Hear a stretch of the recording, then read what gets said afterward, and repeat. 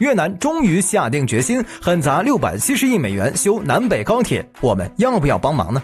越南一个中南半岛国家决定投资670亿美元修一条贯穿南北的高铁，这相当于全国1整年的财政收入。那么越南为何非修不可呢？如果越南找到我国合作，买卖要不要接呢？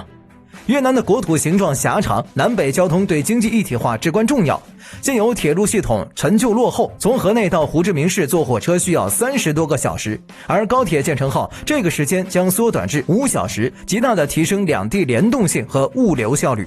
但修建高铁从来都不是一件小事，早在2000年，越南就有高铁计划，2010年甚至和日本达成初步合作协议。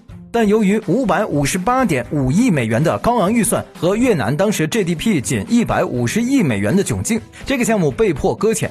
2015年，越南再次尝试，但日本的报价已经涨到了650亿美元，最终也不了了之。直到2022年，越南推出新方案，仍未能与日本达成一致。最终，今年11月30日，越南决定自己出资推动项目上马。越南的高铁梦并非孤立存在，还与我国主导的泛亚铁路网有着密切联系。中老铁路、中泰铁路等项目已经逐步成网，连通东南亚多个国家。越南如果再犹豫，可能会错过融入这一网络的最佳时机，被其他东盟国家抛在后头。同时，越南近年来吸引了大量外资，对交通基础设施的需求随之增加，而高铁正是最有效提升物流效率的手段之一。